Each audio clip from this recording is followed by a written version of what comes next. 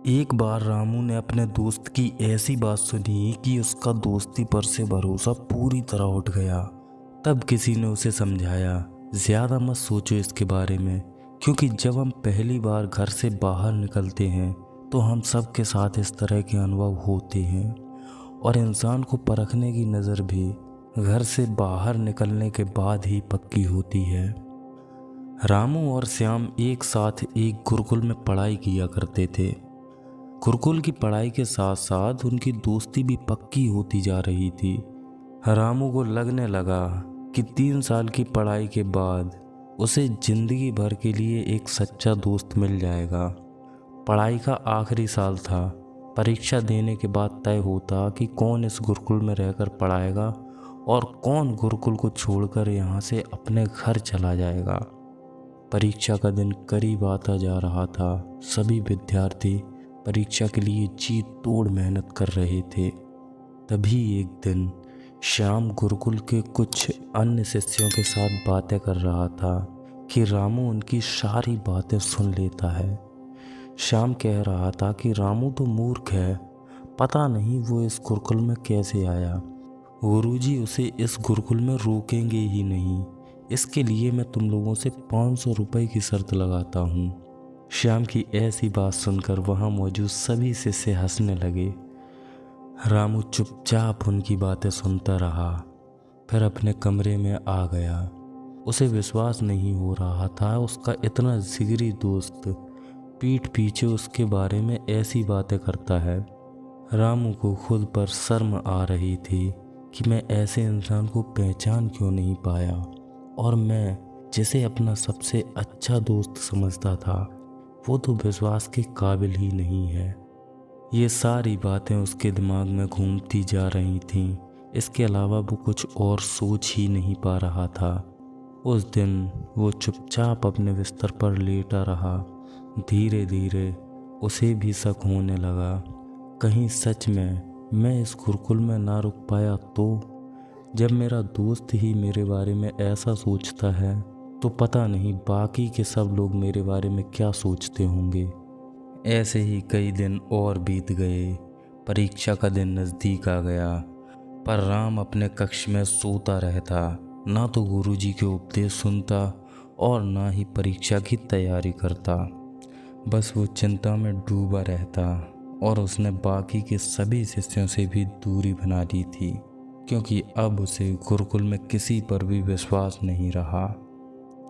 एक बार खाना खाते समय गुरुजी ने रामू को परेशान देखा और पूछा, क्या हुआ, तुम इतने परेशान क्यों हो, और तुम उपदेश भी सुनने नहीं आते। रामू ने गुरुजी को सब बता दिया। तब गुरुजी रामू को गुरुकुल की रसोई में ले गए। रामू से कहा, चूल्हे पर 3 बर्तन रख दो, एक में आलू, एक में अंडा और एक पर कॉफ़ी डालकर उबालो। जब तीनों बर्तनों में उबाल आ गया तो गुरुजी ने आलू और अंडे को एक प्लेट में निकाल लिया और कॉफ़ी को कप में भर दिया। फिर रामू से कहा, इन तीनों को देखो और बताओ इतने उबाल के बाद इनमें क्या बदलाव आया। रामू ने कहा, आलू मुलायम हो गया जबकि वो पहले कठोर था, अंडा कठोर हो गया जबकि वो पहले मुलायम था। आखिर में जब उसने कॉफ़ी पी तो उसके चेहरे पर एक प्यारी सी मुस्कान आ गई। उसने कहा, गुरुजी कॉफ़ी तो पूरी तरह बदल गई, इसका रंग और स्वाद भी पहले से बेहतर हो गया। गुरुजी रामू से बोले, तुम्हें भी ऐसा ही करना चाहिए। श्याम ने तुम्हें चोट पहुंचाई, अब तुम्हें इससे कमज़ोर बनना है, कठोर बनना है, या पहले से और बेहतर बनना है। चुनाव तुम्हारे हाथ में है। तुमने श्याम की घटिया बात सुनने के बाद लोगों से मिलना जुलना बंद कर दिया और अपने मन को अंडे की तरह सख्त बना लिया, जिसकी वजह से तुम्हारे अंदर की चिड़न हर दिन बढ़ती जा रही है। रामू बोला, गुरुजी ये सब तो ठीक है, परंतु मैं ये नहीं समझ पा रहा कि आखिर श्याम ने मेरे साथ ऐसा क्यों किया। गुरुजी रामू को समझाते हुए बोले, देखो रामू, कई लोग अपनी क्षमताओं को लेकर असुरक्षित होते हैं और खुद भी अपने ऊपर भरोसा नहीं करते। इसीलिए वे दूसरों को नीचा दिखाते हैं, कभी मुंह पर तो कभी पीठ पीछे। और हाँ, ऐसे लोग कभी भी किसी के सच्चे दोस्त भी नहीं होते। तो फिर एक अच्छा दोस्त कौन होता है? रामू ने गुरुजी से पूछा। मेरे अनुसार एक सच्चे दोस्त को हम 3 बातों से पहचान सकते हैं। पहली बात, बुरी खबर पर प्रतिक्रिया। जब तुम कोई परेशानी उसे बताते हो तो सच्चा दोस्त आपकी बात को बड़े ही ध्यान से सुनेगा, ना तो आपकी बात को बीच में काटेगा और ना ही अपनी तरफ से कुछ कहेगा, जैसे तू भाई फालतू में चिंता मत किया कर, ये सब तो ज़िंदगी में होता रहता है। क्योंकि सच्चा दोस्त समझता है कि जब इंसान अपनी परेशानी किसी को बताता है तो उसका मन हल्का हो जाता है। दूसरी बात, अच्छी खबर पर प्रतिक्रिया। सच्चा दोस्त सदा ही आपकी सफलता में खुश रहेगा, तुम्हें आगे बढ़ता देख ईर्ष्या नहीं करेगा। जब कभी तुम उसके साथ मिलकर कुछ अच्छा करते हो तो वो अपनी सीख ही नहीं बगाड़ता, क्योंकि उसे अपने ऊपर पूरा विश्वास है और वह तुम्हारे साथ प्रतिस्पर्धा करने की बजाय तुम्हारा साथ देता है और तुम्हारी सफलता में भी वो खुद की खुशी ढूंढ लेता है। वो कहा जाता है ना कि सच्चा दोस्त अच्छे समय को बेहतर बनाता है और बुरे समय को आसान। तीसरी बात, सच्चा दोस्त आपको आगे बढ़ने के लिए प्रेरित करता है। जब आपके सामने कोई 2 रास्ते होते हैं तो सच्चा दोस्त आपको सही रास्ता चुनने में आपकी मदद करता है।